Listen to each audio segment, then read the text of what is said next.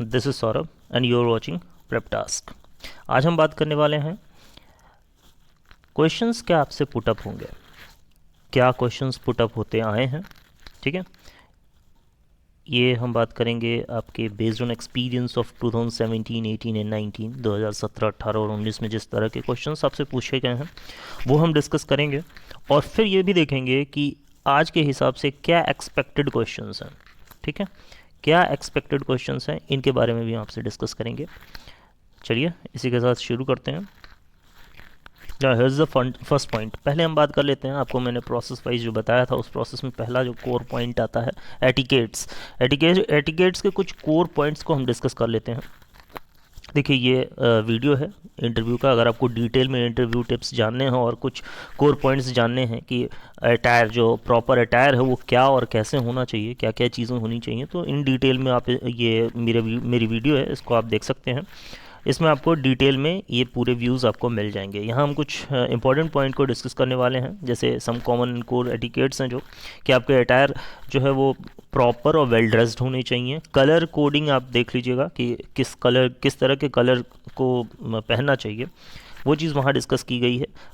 एक decent colour होना चाहिए, इतना मैं यहाँ पर बता सकता हूँ। आगे देखते हैं। एक गुड मॉर्निंग रूल होता है, आप जैसे गुड मॉर्निंग करते हैं तो मोस्ट ऑफ द लोगों को ये पता होगा, जो पैनल होता है उसमें एक फ़ीमेल मेंबर होती है और बाकी मेल मेंबर होते हैं। तो आपको फीमेल मेंबर को पहले गुड मॉर्निंग बोलना है, उसके बाद मेल मेंबर को गुड मॉर्निंग बोलना है। पहला पॉइंट ये है। दूसरा पॉइंट ये है कि आपको सिर्फ 2 बार गुड मॉर्निंग बोलना है। इट मीन्स फीमेल मेंबर के लिए अलग और मेल मेंबर को एक साथ डिनोट करने के लिए अलग। अब इसमें आपका जेस्चर जो होना चाहिए बोलते समय वो क्या होना चाहिए कि फीमेल मेंबर को आपने बोला गुड मॉर्निंग मैम, फिर आप क्या करेंगे, मूव करेंगे और सभी मेल मेंबर को देखते हुए गुड मॉर्निंग सर बोलना है। ठीक है, ये पॉइंट हो गया। अच्छा आगे देखिए।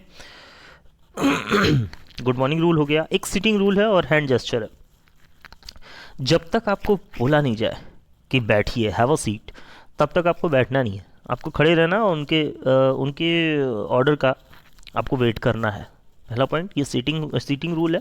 दूसरा हैंड जेस्चर, जब आप बैठते हैं तो आपको हाथ कहाँ रखना है, याद रखिए टेबल पे आपको हाथ नहीं रखना है। ठीक है, आपको हाथ अपने लैप पे रखना है। ठीक है, ये एक चीज़ हो गई। अब चलते हैं फेस रूल पे। अगला रूल आता है हमारा फेस रूल। फेस रूल में क्या है, जब आप इंटरव्यूअर को फेस करेंगे तो आपका चेहरा एकदम उड़ा नहीं होना चाहिए, आपको नॉर्मल फेस रखना है। ये भी नहीं कि मतलब क्वेश्चन एकदम कोई पजल्ड होकर के उनको देख रहे हैं, ये भी नहीं। ये देखिए ये आपके एचआर आपको वॉच कर रही होंगी इस चीज़ के लिए, तो आपको एकदम पजल्ड होकर नहीं देखना है, घूर घूर के नहीं देखना, मतलब एक नॉर्मल वे में जिस तरह आप बैठते हैं उस तरह से आपको यहाँ अपने फेस को रखना है। नाउ एक आखिरी जो रूल आता है वो ये है कि डोर क्लोजिंग रूल। जब आप अंदर जाते हैं, इन करते हैं, तो आपको डोर कैसे क्लोज़ करनी है, पैर से मार के बंद कर देनी है? बिल्कुल नहीं। बिल्कुल गलत होगा। आप क्या मतलब जो फेस होगा वो आपका टीचर की तरफ, आई मीन जो इंटरव्यूअर हैं उनकी तरफ होगा, और आप पीछे पीछे घिस सकते हुए उसको बंद करेंगे, ये भी नहीं सही है। कहने का मतलब क्या है, आपको क्या करना है, प्रॉपर फेस दरवाजे की तरफ करके, डोर की तरफ करके उसे बंद करना है। ठीक है, और फिर जो है वो मूव करना है वापस अपने इंटरव्यूअर्स की तरफ। ठीक है, यही जेस्चर होना चाहिए आपका। चलिए ये कुछ छोटी छोटी और कोर पॉइंट्स थे जिनको आपको जानना बहुत ज़रूरी था। बाकी आप डिटेल के लिए इंटरव्यू टिप्स वाली वीडियो मेरी देख सकते हैं। चलिए अब आगे बात करते हैं क्वेश्चंस क्या किस तरह के क्वेश्चंस पूछे गए हैं 2017, 18 और 19 में। ये सब पूछे हुए क्वेश्चंस मैं आपको बता रहा हूँ, जैसे एनपीए और एसेट क्लासिफिकेशन। ये आज भी बहुत इंपॉर्टेंट टॉपिक है, आपको एनपीए और एसेट क्लासिफिकेशन आना चाहिए। ठीक है, फिर दूसरा पॉइंट है आपका पीसीए। पीसीए भी बहुत पूछता है, आपको पीसीए यानी कि प्रॉम्प्ट करेक्टिव एक्शन भी आपको पता होना चाहिए। ठीक है, फिर एक चीज़ और आती है एसएचजीज के बारे में। पिछले साल ही एसएचजीज के बारे में पूछा गया था। ठीक है, सेल्फ हेल्प ग्रुप क्या होते हैं इनके बारे में पूछा गया था। इसके लिए भी आपको इसकी डिटेल स्टडी करनी चाहिए, खासकर कि कॉन्सेप्ट मेनली वो पूछ रहे होते हैं। ठीक है, आप कॉन्सेप्ट जानते हैं कि नहीं, व्हाट इज़ SHG, उसका प्रॉपर आप उसको सही तरीके से, सही वे से आप उसे उन्हें बता पाते हैं कि नहीं। फिर कुछ इंपॉर्टेंट स्कीम्स हैं, जैसे आपकी KCC सबसे इम्पोर्टेंट स्कीम है, आपको इसके बारे में जानना चाहिए और ये पूछा भी जाता है। ये हर साल लगभग जो है वो KCC के बारे में डिस्कशन हो ही जाता है। फिर आप देखेंगे KVP, कौशल विकास, अरे हाँ, KVP किसान विकास पत्र, ये आप देख सकते हैं। SSY, सुकन्या समृद्धि योजना, फिर ठीक है, और फिर SJSY, ठीक है, फिर JJY, जीवन ज्योति योजना, ठीक है, और वया वंदन योजना, नेशनल सर्टिफिकेट होता है NSC, ये आप देख सकते हैं।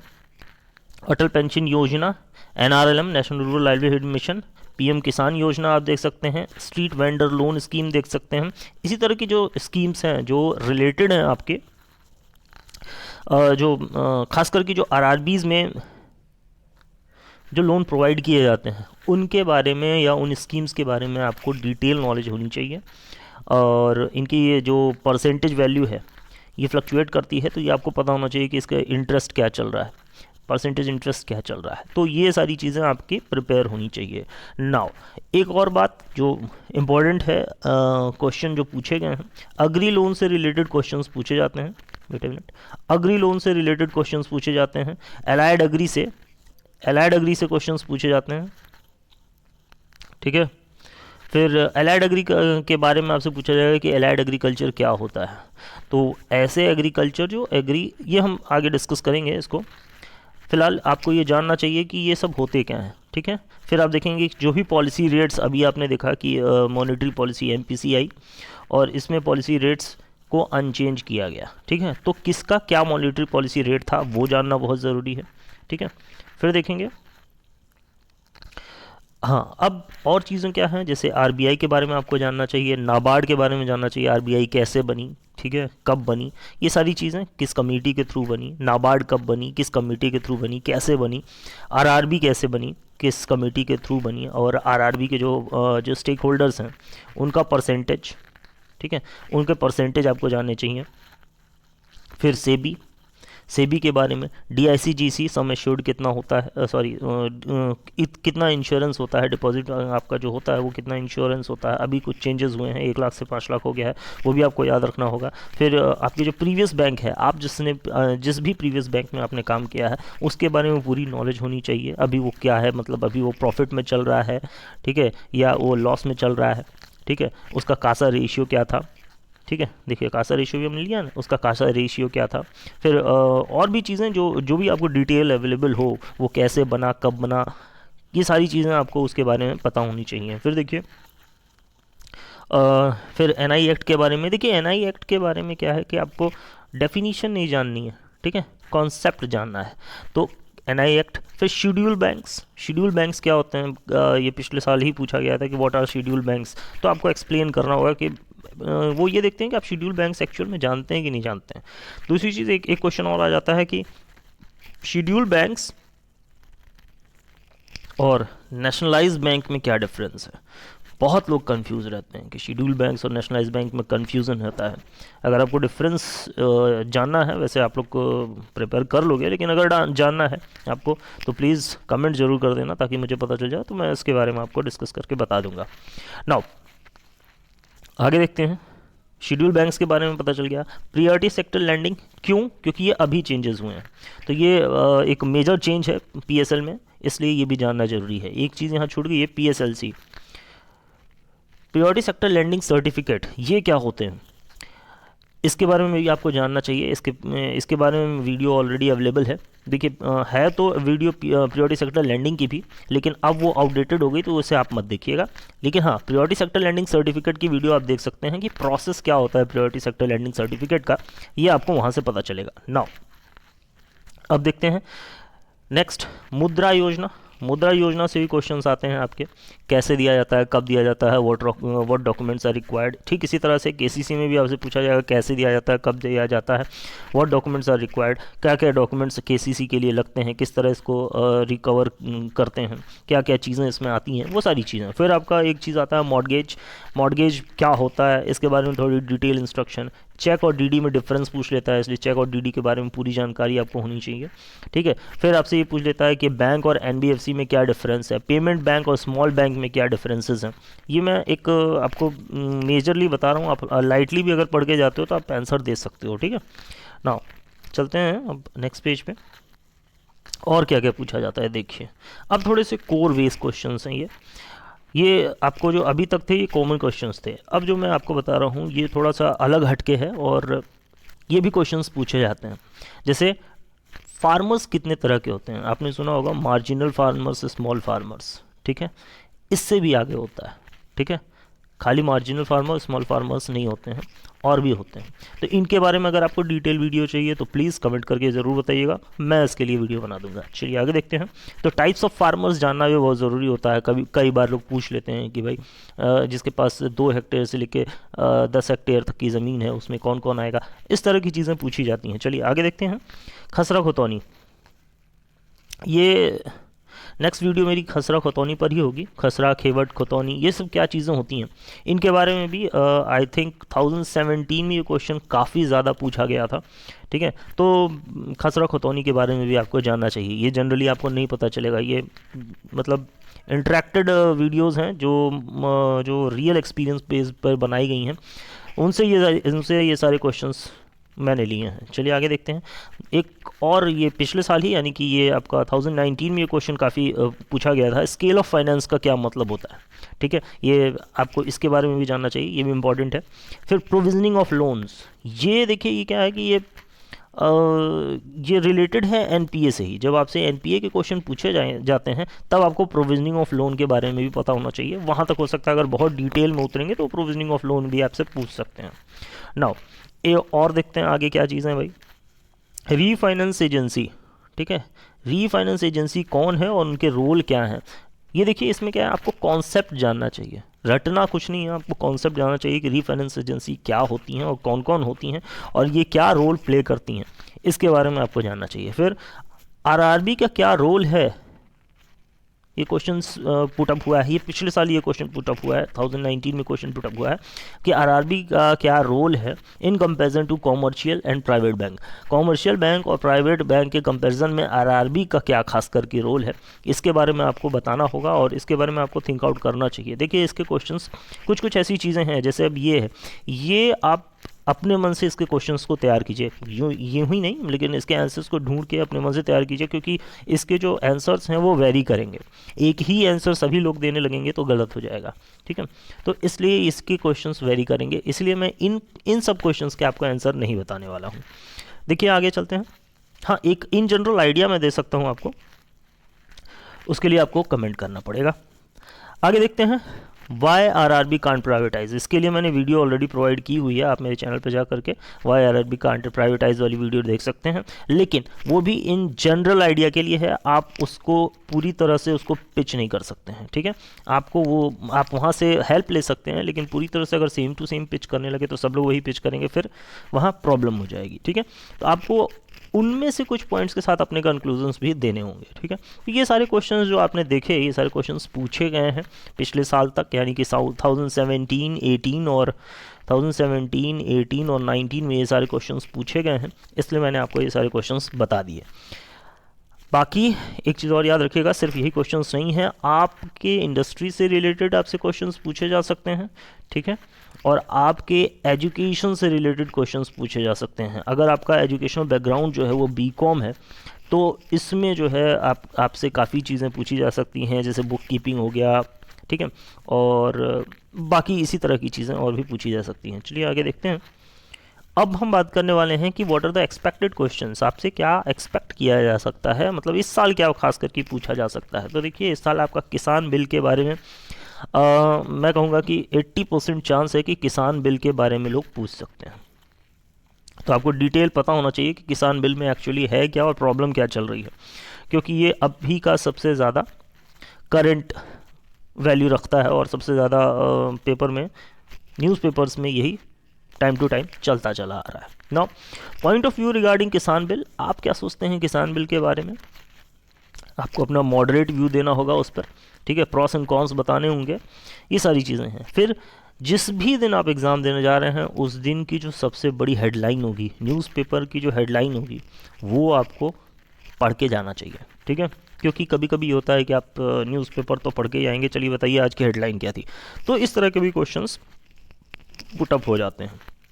नौ, अब बात कर लेते हैं कि आपको आपके नेटिव प्लेस के बारे में पता होना चाहिए पूरी तरह से, ठीक है। जैसे कि वहाँ की कुछ फेमस थिंग्स, ठीक है, आपके वहाँ का फेमस एरिया क्या है, आपके वहाँ का फेमस क्या है, ठीक है, ये सारी चीज़ें आपके वहाँ आपको वहाँ के सीएम, डिप्टी सीएम के बारे में जानकारी होनी चाहिए, गवर्नर के बारे में जानकारी होनी चाहिए, और बाउंड्रीज़ ऑफ द स्टेट, आप जहाँ भी हैं उसकी जो स्टेट की बाउंड्रीज़ हैं वो किन से लगती हैं, ये भी पता होना चाहिए। जाहिर सी बात है एनपीए इस साल भी पूछेगा ही पूछेगा।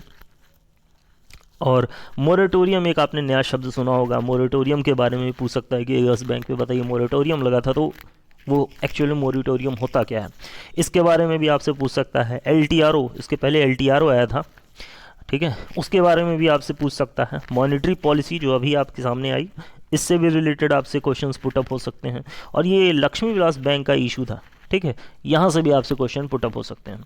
देखिए एक चीज़ है जो छूट रही है, ऑपरेशन ट्विस्ट, ठीक है, ऑपरेशन ट्विस्ट, ये भी आप देख लीजिएगा।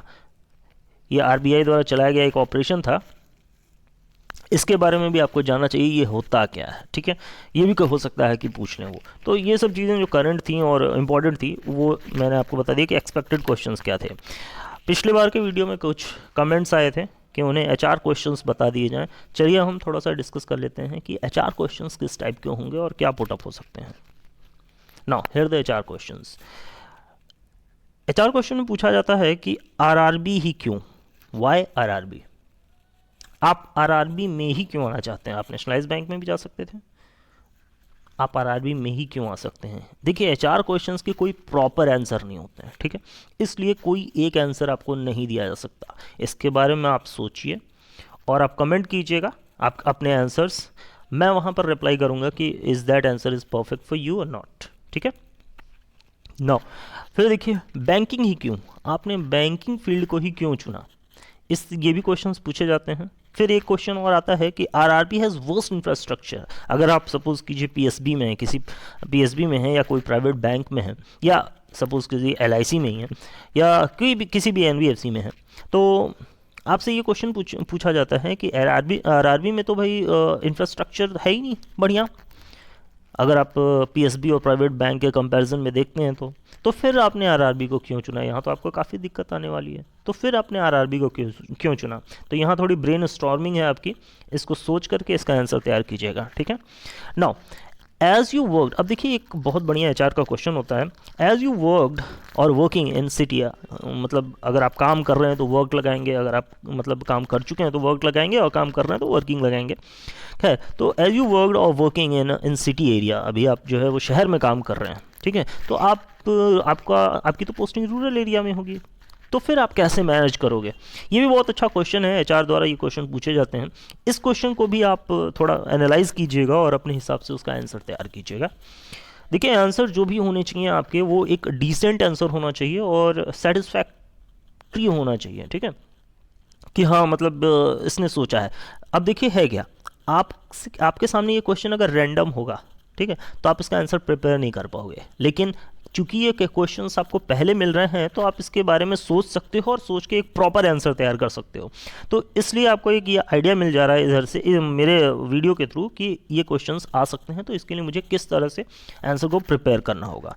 नाउ एक क्वेश्चन और आता है, केस स्टडी बेस्ड होता है वैसे मैक्सिमम, कि सपोज कीजिए कि आप जो है वो ब्रांच आप सेलेक्ट हो गए और आपको ब्रांच मैनेजर बना दिया गया एक ब्रांच का, और वहाँ पर आपने देखा कि एक ही काउंटर मतलब कैश का काउंटर एक ही है, या तो आप वहाँ से डिपॉजिट कर सकते हैं या तो आप वहाँ से विड्रॉल कर सकते हैं। देखिए ये पिछले साल 2019 में पूछा हुआ क्वेश्चन है ये, ठीक है ना, या तो आप वहाँ से कैश डिपॉजिट कर सकते हैं या तो विड्रॉल कर सकते हैं, और बहुत ज़्यादा भीड़ है, ठीक है, तो आप कौन सा काउंटर ओपन करेंगे, डिपॉजिट वाला ओपन करेंगे या विड्रॉल वाला ओपन करेंगे। बहुत अच्छा क्वेश्चन है ये, आपको ब्रेन स्टॉर्मिंग वाला क्वेश्चन है, आप देखेंगे जब आप सोचेंगे तो आपको समझ में आएगा कि ये क्यों पूछा गया था, वो भी एचआर द्वारा ही।